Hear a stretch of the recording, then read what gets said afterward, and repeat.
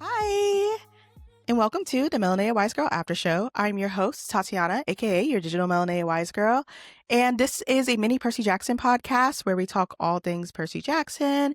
In this season, we are covering The Sea of Monsters, the second book, and also the second season of the Percy Jackson television show. So you're probably noticing something. I didn't introduce a guest. If you're listening to this via audio, or if you're just listening to this via YouTube, where I also post, I'm in a different setup. I'm actually in my bedroom. I have not been feeling the best these past few days. And conveniently enough, which was really funny, so hasn't my guest. So my original guest for this, we're wishing her all the best. She will be on a later episode. We decided to push it just for both of our health sakes. So this episode is gonna be a little bit shorter. It's just me. I'm going solo this week. Also, I've been trying to consider comfort over content this week. It's been a lot for me, both within my 9 to 5 life and just wrapping a lot of things up before the holidays. So I thought we could just, cover this together. Take a seat. Also, I just got this new chair for my birthday. It was a couple weeks ago, and I love this chair so much. And honestly, I did not want to push it to where I film. So we're here this week. Don't look at my bare walls. I'm currently redesigning my red room. So if you're watching this on video, just hear me out. Hear me out. And yes, if you're watching this on video, I do have a sprout on my headphones. I thought it was cute. I made it one day with some scrap yarn. And the hat that I'm wearing is also something I made. It's a test for a gift I'm giving. So yeah, crochet for the win. Also, if you haven't listened to the last 2 episodes, which do have fantastic guests, that'll be Cam and Kimmy, please go check those out. Those are so fun. They were fun for me to do, to talk to them. And also the response from those episodes has been fantastic. Thank you guys so much. And it's been really nice to see the reception of it, and seeing you guys' comments has been really, really fun. I'm excited to continue the podcast and continue going to this journey of the Sea of Monsters with you. Speaking of, today we are talking about episode 3. So I'm not going to go through a beat by beat like I probably would with a guest as we sort of discuss everything, but more so some of my favorite highlights and things that I've seen. I also want to make note here that while I do go support the other Percy Jackson podcasts, I love all of them, I don't listen to the podcast episodes that people put out until after I record. And since I've been delaying recording because I've been sick, it's been really, really hard for me because everybody's been making so many interesting points in social clips this episode, and I've been trying my best to engage, but also not take in everything because I wait to watch other Percy Jackson content when I get my own stuff out. For some behind the scenes tidbits, I usually record these episodes. Right now, we're recording either a day or a day after the episode comes out. Next week's is going to be a little different because it is Christmas. So me and my guests have already discussed that we'll be filming 2 days after Christmas so everybody can, deal with their holiday plans. So that will be probably also on a Sunday when it comes out, like this one. But that's just because of the holidays. I'm not gonna be like, please sit down and do a Percy Jackson podcast with me on Christmas or Christmas Eve. People work and people do things. So I'm grateful for my guests. That being said, I go on this long tangent to say that there might be some things that I missed or just haven't picked up from other podcasts, but there is one thing that I saw from which I am so excited to finish recording and editing this so I can watch is the episode of Seaweed Brain podcast with the writer of episode 3. I saw a clip from that talking specifically about Luke, which I'll probably reference in my highlights. If you don't know, I briefly mentioned it in the last 2 episodes, but my desire is very much to write for television and film. I've been back and forth of which one, but my first love is television. When I joke online that I want to sit in a writer's room and just watch them, I'm being serious.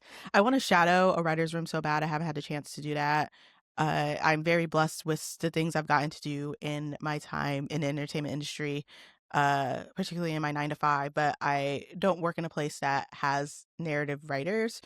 So it'd be really fun to be able to shadow a writer, learn from them, and just the Percy Jackson writers. I just love what they're doing so far. So I'm very excited for those episodes and and what's in my own writing. And I'm low key because I paused it, but maybe I'll start working on it over the break. This spec script idea I've kind of had for how the Demigod Files interviews could go, like as a fun social series. I've been outlining and starting to write the script for that, of just like a fun little project for me. I'm not going to submit it anywhere because you do not just email scripts to random people.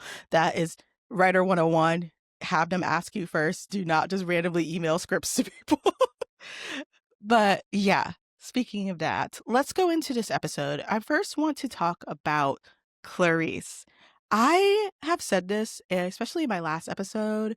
We both kind of notated how in the books, Clarisse wasn't necessarily our favorites. It particularly wasn't my favorite. I like Clarisse is there, and I consider her, she was a character, and I appreciate how she fit with the storyline.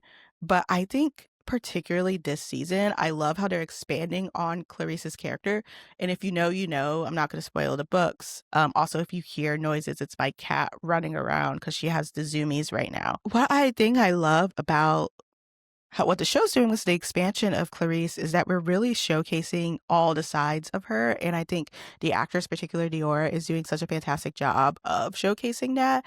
Her cutting off the head of the Oracle is such a mood, because me too. Any sort of flight or fight experience, I will just start slapping people. It's just the way it is. So that was hilarious. But talking about the prophecy, and particularly Clarisse's prophecy, and I really loved how we didn't get the whole thing because Clarisse herself probably hasn't sort of dived into the whole thing. She was hyper focused on that one line about being alone and feeling abandonment. And then I love when cinematography plays in and you can see how that, like, the camera kind of fades out and it's like all blurry as they're talking about how Annabeth and Percy left camp and how she doesn't have a quest mate and she has to choose a new one, but she keeps hyper focusing on that line. And it's so good. Like every single aspect, the editing of that scene, how it's played out, the cinematography of that scene is just chef's kiss. And I think on top of that, and on top of her seeing her own self, which if you don't know from the books, the Oracle shows you the person that you kind of hate the most. So her seeing herself, crazy thing for me to see at 6 a.m. And I'm like, I can't process this right now. I can't process this right now because it's so much to her character. And I think that already sympathizes her character so much without like going too hard on it, like you kind of get her inner mindset and the whole abandonment thing and her being alone and her going to fail. Don't even to be gone. Aries, when I catch you. Anyways, but I really loved how we showcased her sort of just like internalizing all that, and then her ended up going on a quest alone. And like you're probably like, no, that's a dumb decision, but I also understand why she made that decision, and I think that's the key to just beautiful writing, and I just give them all the props for that. Aries, seeing how Aries treats Clarisse, even me, I was just like, ugh, because I understand what little triggers can be for a dad that is not like, I was like, oh, he's being nice. Well, I'm like, how often is he? But he kept undermining her when he was being nice. And that was, to me, that entire thing, I was just like, that's funny. That's funny. Aries, when I catch you, there's going to be a scene, I think, coming up where it's the opposite. And I feel like on surface level, you're like, oh, wow, he's doing all this stuff. He's doing all that he can. But you can see the little jabs that he made at her that really kind of juxtaposition how she feels about herself. She was like this little girl. She's like great in her class, but's never been on a quest. Like that's not her fault, right? Like that she's never really been on it. Like quests just come and go, but for demigods, they're so important, and it's just so interesting how she highlighted that. Also, while we're talking about those soldiers, I'm gonna look into the camera real quick. Come here. Why did y'all want Confederate soldiers? Why did you want that? Why was that necessary to the plot when they had a so much better version of that with Warriors of the Past? We wouldn't have gotten Mitch from Blockbuster if it was for the Confederate soldiers. Okay? Why would we want that? And why was that something that everybody's silent now? Everybody loves Mitch from Blockbuster, but we wouldn't have got that if we kept your Confederate soldiers, your so precious Confederate soldiers. Everybody's silent now. Everybody's deleting videos now. That's all I'm going to say, because if I go into it more, I'm going to be here for the next 30 minutes talking about how dumb that was. And I've already done a whole TikTok video of the implications of having the Confederate soldiers, why we shouldn't have the Confederate soldiers, particularly with minor actresses that are Black and of color. I'm not getting into it again because I'm just gonna be mad. And I don't want to be mad because I really like this episode. This one, it's my favorite episode of the season so far. We're 3 episodes in, which everybody's saying episode 4 is fantastic. So I'm very excited. Anyways, speaking of, I also asked on Instagram and Twitter some questions that people may have since I'm doing this episode solo. And somebody asked, interested on my take of Clarisse and Annabeth's relationship before we actually really see it. And I think me and Kimmy actually talked about this a little bit in the last episode. But I think Annabeth and Clarisse mutual understanding with each other, right? So their relationship, I mean, I don't think it was perfect. I don't think they were besties, but I do think they had a mutual understanding, mutual respect for each other. It seems, I mean, there's a reason why she chose Annabeth for the quest in the first place. She trusts Annabeth. She knows Annabeth. I think Annabeth is someone who people respect at camp, even so with her age. And I think that's very interesting. And I think also, girlies are going to stick together in more ways than one. And I think Clarisse understands that and notices that with Annabeth. So I think their relationship is fine, but I do think it'll be closer by the end of the season. Hoping we get the joint slay of Clarisse and Annabeth jumping Allison. I guess speaking of such, let's go to, the camp of it all, which is the Princess Andromeda and that whole spiel. So also in this episode, we are introduced to the Princess Andromeda, which is the cruise ship that Luke/Kronos is on. And we're also joined by, in that instance, it's a trio on the ship. So it's Percy, Annabeth, and Tyson. Tyson continues to be baby's son. He can do no wrong in my eyes. Tyson, we love you. First and foremost, Carnival cruise ship. Okay, I love how they set up the Princess Andromeda because I think it's the perfect way of being like, this is so normal. Like, even they saw it as normal until Tyson pointed out that there are monsters on the ship, right? Like, because the mist is that good. You have to understand that it's not just Luke's influence at this point. He has powerful people on his side, and he has powerful people, kind of controlling all of this. So it's really interesting to showcase that in those little instances early. That being said, would I go on the Princess Andromeda?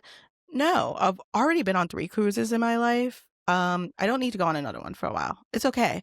They didn't even get to go to the pool or the arcade, like Percy said, even though Annabeth was talking about her existential crisis. Here comes Percy going, let's go to the pool. Actually, maybe we should go to the arcade. Let's hang out. Let's go eat. Let's go chill at the buffet. Like, Percy, we are going through an existential crisis right now. Like, Annabeth is going through it. Tyson's going through it. You're going through it. Y'all may never be able to go back to camp, and you want to hang out. It's just a lover boy in him. It's just the way he is. It's just the funny thing about it. And I remember particularly, we keep hearing about how Walker, who plays Percy, talks about how, like, he plays Percy, which I think is very interesting, of, like, him not understanding what he says when it comes to Annabeth and how big of a deal it is. Like, everything he says feels like, to him, just like words, maybe things that you've heard Sally say and stuff like that. He doesn't realize the implications of that, while Annabeth does. And I think that's a really interesting way to play Percy. And I think it's a great way to play Percy, but I think it plays into a lot of the things Percy says, because Percy will say things like that and then just walk and go on about his business, and Annabeth's like trying to catch up with her brain, everything he just said, because I trust you is a crazy line. Like, but he's just like, yeah, whatever. And I think that's fantastic. And I think it's a great way to play into this character that's like, so, Annabeth, I just want to hold Annabeth. I think Annabeth just needs adopting by someone that cares about her, other than Percy, because everybody and their mother wants to fight her this episode. Oh my God. First, there is video evidence of me going, I don't care about those new characters. Like, I don't care what they provide for us. I would like to publicly, I don't want to denounce it because that was my feelings at the time, but I would like to publicly say that I changed my mind. I want to know more about Allison. Now, I'm not saying we need to have like a Stranger Things. Look, the episode's not terrible, right? The Stranger Things episode was the sister, right? Like, we don't need that. But I some more backstory, some more interesting things about her, because she's just so, like, the little time we had with her, I am really interested to know kind of how she got herself into this situation, because she is the representation of the demigods that Luke is starting to get for his cause. But she is also the representation of the rage that Luke can't exactly say because he has to be the charismatic like candidate, right? I think it's the equivalent to, and this is very, very niche. I don't know if you remember those Key and Peele skits where they have like the Obama's angry translator. That's what I feel Allison is to Luke kind of right now, because Luke can't be super, super angry right now because he has to recruit for his cause. And I said on Twitter that there's such an interesting conversation to have with Black Annabeth, in particular to Allison. And everybody's like, speak your mind, speak your mind. I was in my cubicle just saying shit. But let me say this. I think what made me tweet that and maybe talk about that is the fact that, like, first, Allison and Annabeth's interaction in general just felt more like, oh, hi. Like when you see somebody from high school that you didn't really mess with, but like you're trying to be polite and like, talk to them. And it felt like there was already animosity in their relationship as it is. She probably didn't really mess with her at camp either. And I wonder if there was some sort of backstory of Allison maybe not even taking Annabeth seriously at camp. So Annabeth is just trying to play nice, right? And I found it so interesting that it's clear that she knew her, and it's clear that she knew Percy too, in some sort of way, at least. There's such an aggression from Allison to Annabeth that I thought was really interesting that wasn't towards Percy as much, even though he was the one to call her out. And it feels like it just gets worse and worse as Allison kind of clocks the relationship that Luke and Annabeth have. Clearly, it's a closer one. And I'm never not saying that it's like in a romantic context of Annabeth and Luke at all. That needs to be eliminated. Why that existed in the first place is crazy. But like, the way Allison kind of just handles Annabeth in particular, you'd think you're so clever. I think the notions that she was making, the things kind of like, oh, you think you're so clever, the starting of, trying to aggravate her, getting her to push that button, getting her to be the first person to do so, felt like something that I've experienced in my past regarding past friendships, particularly relationships I've had with people at a predominantly white institution, right? Whereas like, white people liking you up until you speak on the revolution, or white people liking you up until you say something that's kind of like a little off-putting, or you called them out for racism. I think a lot of people, particularly if you're Black listening to this, shout out to my Black girlies, or Black gender of your choosing, you kind of understand that feeling, especially in 2020 when you're calling out your non-Black friends about, even sometimes your Black friends, but particularly your non-Black friends, about their own racism and things that they've done. And sometimes it falls on deaf ears, or you can tell it's just for show, and you're grappling, especially if you went to a PWI like me, grappling the idea of being somebody's token Black friend and how you don't want to do that. And I talked about that in episode 1 of this podcast, actually, going back to like, I don't want to be the token Black girl in the fandom, don't want to be this person that like people go to be like, but Tatyana said, like, I'm fine with you quoting me and I'm fine with you talking to me about stuff, but I don't think I should be the public scapegoat for your racism. I think that was kind of the things that I was clocking a little bit with Allison, of just like the other side of it, the aggression when they don't like your answer, right? And they just want to provoke you because they feel like, why do you feel like you're almighty when you're just being yourself, right? It's just this common thing. So that's kind of how I was going with my thoughts on Allison, but they're not really like thought out clearly. I think I'll have better understanding of it when I eventually do my Melanated World of Annabeth Chase season 2 videos. I also want to highlight, I love the fact that like we're getting already the dynamic of Annabeth and Percy in their relationship to how they want to handle Luke. Like, Percy's ready to kill on sight. Like, he's like, Luke, are you ready to die tonight? Right? And then we have Annabeth, who's very much so like, yo, we don't have to do that. Like, I'm not sure about this for many reasons, of course. I think she's justified right now, especially in the show's eyes, of like, that's her brother. And she's like, I think we can save him. And this is something that is going to continue to be a running theme within the next few seasons, right? Of their opposing ideas of how to handle this whole charade, right? But ultimately, if you know, there's a certain side to this that ends up working out in the remix by the end of it. I want to take a 1 second to appreciate Leah's acting when she saw Charlie, aka Luke's, for the first time. Like, not for the first time because you saw him stab the tree, but like when he came out after like they're all about to fight in the hallway, and just the way her face kind of changed.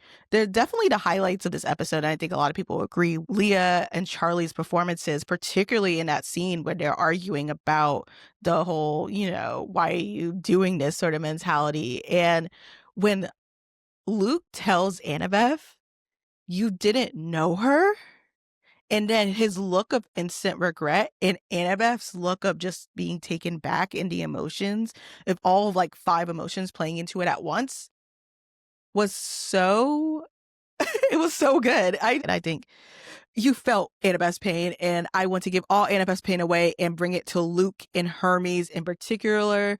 Hermes got to get whacked one way or the other. I also love that Percy kind of brings up Hermes no matter what. And bringing up a point that CV Brain Podcast interviewed the writer of episode 3, and they brought in a point when a writer was writing the episode. They particularly wanted to make sure that like they believed what Luke was saying, because you have to be like engrossed in the character. Like you want to make Luke believable. And I think this discourse that we're getting online of like, is Luke right sort of mentality is kind of the point of the episode and what people wanted, like what the writers wanted. It's like, because at the end of the day, I am Luke's biggest hater. I say this as Luke's biggest hater, right? But Luke was never Luke's initial idea was not wrong, right? Like the gods were being bums, right? Like the gods are terrible parents. Like the gods were doing the least, right? Like they could be doing more for their kids, and they weren't, right? Like Luke was right with how he went about it. Terrible. And he was being manipulated by Kronos, so he's a victim, and also he is a villain. Like he's both, right? That's kind of the nuance. That's without going too much into the nuance of things, even though I am still Luke's biggest hater. But you have to understand the one tweet that said Luke outwoked Percy when he was like, we don't call them that here. I mean, he has a point. Like they all are children of the gods. Those monsters are eating children though, literally. So let's take a second. I mean, but they're conditioned that way. So it's like, it's a whole thing. Like, you see, like I'm going on the spiral of what Luke is talking about, because he had a point. He just went about it the wrong way. And one thing that they noted, speaking of this clip, is that like, one thing I noticed is that Luke never said that he was going to kill anybody, right? He was always like, the ones that should be spared will be here. But he never explicitly said we're going to kill everybody else, right? Even though that's what he's going to do. That's what he's planning to do. But it's inferred. But he's not saying that. And I think that's very interesting, because he can't say that. Because then everybody's going to be like, you're killing children. How can you be right if you're killing children?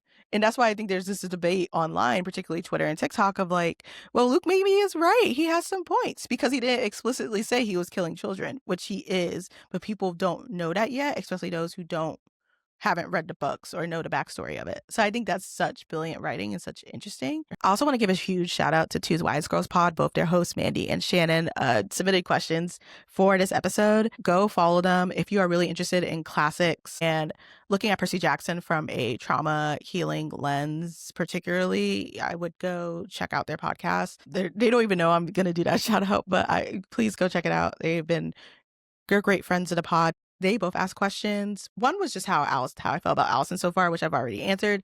And then another one was how I think the conversation that Luke and Annabeth had relates to Annabeth being Black. And this is going to sound crazy coming from me, and this is going to be a rare occurrence coming from me. There is a lot about Dahlia and Annabeth's relationship, don't get me wrong, that has to do with the fact that they both are Black, and that sort of idea of Dahlia seeing Annabeth as a mirror of herself. That being said, what Luke's words kind of didn't feel, they were never racially motivated. Like a lot of the stuff in racial context that I talk about is never like racially motivated for the most part. But I think Luke in particular, I think the conversation, this is the one time that I would say the conversation didn't rely on race, but more so of Annabeth's age. Luke sees Dahlia in a different lens, at least to me, that he sees Annabeth, right? Like, so he's more thinking of it because she was so young, as opposed to any other factors, and his blinded rage of Dahlia's death and how he feels towards her is affecting how he sees Annabeth, because him and Annabeth's relationship was more so like trauma. If Dahlia was alive, of course the books wouldn't have happened. If Dahlia was alive, if Dahlia had made it into camp, right, he would not have adultified Annabeth as much as he did when they got after the incident, right? Like Annabeth became his sister, his not in the romantic sense, but his Dahlia of sorts, of his right hand person, because of the fact that, you know, they only had each other from that incident, right? And Grover, but like they had really each other from that incident. But so that's kind of him unlearning that Annabeth is truly like it's a lot because of the rage and stuff like that. But this is one of the only instances where I will say that I don't think race was her being Black was a factor in that conversation. I think no matter what race Annabeth was, it is in the TV show, even though she is Black, it would have gone the same way. And I think more so the implications of the conversation rather than the conversation itself or how they spoke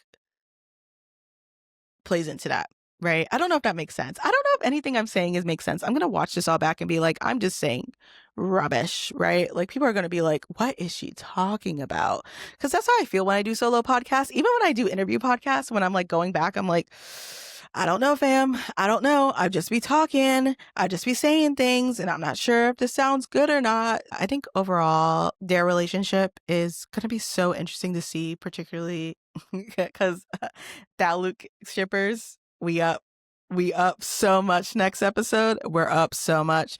If you're in line, stay in line. Dahlia and Luke shippers, we are winning the war because they were on the road together for 2 years. Somebody on the Twitter app was like, did you not notice because it was in book 5 episode? No, I didn't. Y'all, I know the books, right? Like I know my stuff. I know things, like I know, but like I'm not going to be able to pull like I don't want to do research to, you know, take back a Twitter troll, right? I do not remember that they also mentioned that in the books. I'm sorry, that one little fact didn't go into my brain. Like somebody was like, if, you know, real readers, pause. I picked up these books in middle school when I was 11. This is why I think it's such an interesting conversation that we have with like adults, particularly with Percy Jackson, and thinking they own the material. And also, we're on the internet where we know too many people's opinions. Like, technically, y'all shouldn't even know my opinion. Like, this job in itself didn't exist like 10 years ago, 15 years ago, right? Like, podcaster. Like, I'm sitting in a room at 6, 7 at night talking about Percy Jackson at my big age of 26, which is fine. But I think you have to be, if you're an adult, and I said this on my TikTok, I was like, adult fans have to be very careful of how they handle fandom culture and how they engage with this material, because you're not the primary audience. You are an audience that is embraced, but you're not the primary audience. And you need to remember that. And you need to remember that when you're in online spaces, because the kids don't have the spaces that they used to. They're not on Wiki as they used to, you know? Like, they're in the spaces that adults are in. But like, you as an adult need to be responsible with how you use your platform in any regard, how you talk to people in any regard, how you talk to fans. I aim for the range of 18 to 25, but I understand, because I am talking about Percy Jackson. I said this in my Annabeth is Black video, that any Percy Jackson content I talk about, keep in mind that the demographic is going to be lower of people who see it. I do have a bit of a demographic that's 13 to 17, and I take that into consideration with things that I say and things that I do. And while I make it very clear that my content is for 18 to 25, people who 18 to, I would say more 18 to 30. I'm not used to being 26 yet, guys. 18 to 30, right? I understand that my content can be shown to other people. So y'all got to understand that as adult fans as well, even if you're just yapping on TikTok, of the things that you're saying and the things that you are perpetuating to young fans. You might be festering in your comments or your community. I still monitor my Black Annabeth comments, and they have been getting worse. because of the show and people seeing it, and I try to monitor them. I just had to put stricter comments on that, and I don't want to close those comments because I think there has been engaging conversations and great things, but I will if I had to. I did it on a Dahlia video. I'll do it again on other videos if I believe that the community is going to be disenfranchised from it. And I think you should do the same as adult fans. And I just find that interesting because even right before I recorded this, there's discourse today about Annabeth and this highlight of Annabeth and Clarisse in particular and their makeup this season. I think there's a lot of things to be considered with like girls of color and how the adultification of them and how we could talk about that conversation. But it was something that I was even seeing on my timeline when I was just going to the clock app, and mostly my timeline has been very positive about the show because that's what I curate it to be, and I try not to dive into content that's hating on the show. But like, one thing I found very, very interesting was that it was another creator, I'm not going to say them by name, that looks like me, that's how I'm going to address it, that commented on Annabeth's makeup and commented on the fact that it made her look a little bit grown, which is a word we should not use with Black girls. And I think because I keep saying without getting too much into it, I feel like that's my thing, but truly without getting too much into it, because it is to be vulnerable, a personal thing that I've dealt with in my own life. The adultification of Black girls in particular is so dangerous, but it's so casual, both outside of the Black community, but also within the Black community. And to hear a Black creator who probably subconsciously didn't even think about it like that, but perpetuate those stereotypes is, especially for Annabeth, who looks 13, just felt so icky to me. And it was, for me, honestly, a personal trigger because I developed early, so I would get comments along that line, and I wasn't even wearing makeup. So at Annabeth's age, right? So it kind of drove me into this sort of mindset of I'm not like other girls, so I don't need to be like other girls, But I think that played into a lot of other factors in my life. But I think this conversation of Annabeth and Clarisse having makeup, where honestly, if anything, it's just very noticeable lip combo, which I need. Please give me the lip combo. I need the makeup tips, right? I think Annabeth wearing makeup is not that big of a deal, but I think it's more so that people don't kind of grapple with the fact that kids grow up.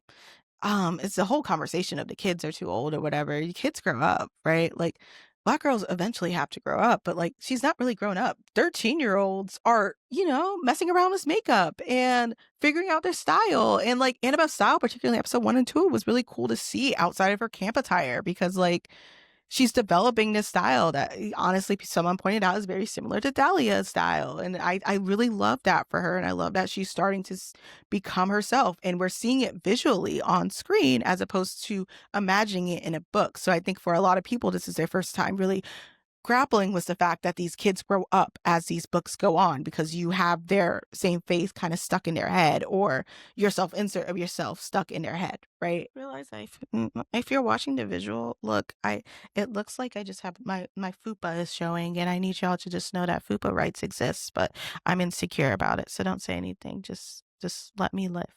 Okay. One last thing I want to note before we end this episode is talking a little bit about the Great Prophecy. And I think it's really interesting. First and foremost, she does tell him the Great Prophecy in book 2. There's a quote where she talks about it. It's very early in book 2. It's the same pace as the book 1. 2, I love this scene because, first and foremost, again, the acting. I think it's great. Also, Percy's just thoughts of monsters in itself, and Tyson being different when he gets off the boat, because even though he still hates Luke, right? The things that he was saying does kind of play into Percy's own bias of everything. And then on top of that, hearing this prophecy where he is probably going to be the one to choose whether or not that Olympus rises or falls, is kind of like, oh my God. And he's kind of learning all of his imperfections and like thinking about all that stuff at once. I really am interested to see how that plays and bleeds into the next 2 episodes, where we see in the books, he's kind of internalizing that within his time with the Ironclad and within his time at Cersei's, where he's really kind of sitting with his imperfections for the first time was in this season. I think he's kind of been avoiding them for so long, but getting hit was his prophecy. Getting hit was what Annabeth's thoughts are, and like all this stuff really puts into perspective what he's been running away from, and what we start to see within the next couple seasons, him try to run away from this destiny, which I think is really interesting. And I am really interested to see just overall the Ironclad episodes, the flashbacks we're going to get next episode. I am so excited for. I am so excited to get Cersei's Island. But overall, my thoughts on this episode is I love this episode. I think honestly, what made me really want this episode to be like perfect would be like 10 more minutes and like a Grover scene or two, right? I think that would really like tie this episode perfectly together. But I also understand studio limits and budget and things of that nature. And I think they have been doing such a great job with allocating where the money is needed, because the last 4 episodes I feel like is going to be where we see the most of, you know, that budget and that increase. Like, we're already seeing it, but we're really going to see, I think, those fan favorites, the hippocampy, I think is going to come into play then.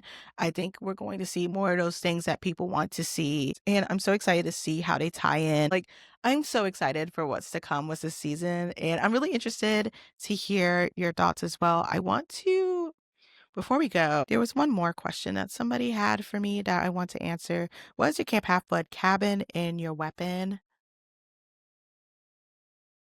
My Camp Half-Blood cabin is clearly Athena. I'm cabin 6. I'm kind of honestly, I feel like I'm a cross between Apollo and Athena. I have a lot of the Athena traits. Like, I'm saying this not as like I'm smart, but like the wisdom, the analytical thinking, even though I hate math was a passion, which is why I also think that like if I was any other cabin, I'm probably Apollo because I love musical theater. I love the arts, in that sort of nature. There's the back and forth of it all, but I'm Athena cabin, not just because I love Annabeth. I have multiple layers and reasons. My weapon of choice, I would rather die. I'm telling y'all, when it comes to the apocalypse, I guess my weapon of choice, I don't know, a book, a pen, an actual pen, not like Riptide. If I had to pick up a weapon, right? Like if I had to do something, I feel like I'm a long distance girly, so I might pick up a bow and arrow or like something along those lines. I don't think the idea of close combat fighting scares me. So I think I'll be more like the range people, right? That's kind of how, even though I love Batman Arkham series, which I think is very funny, I couldn't do it.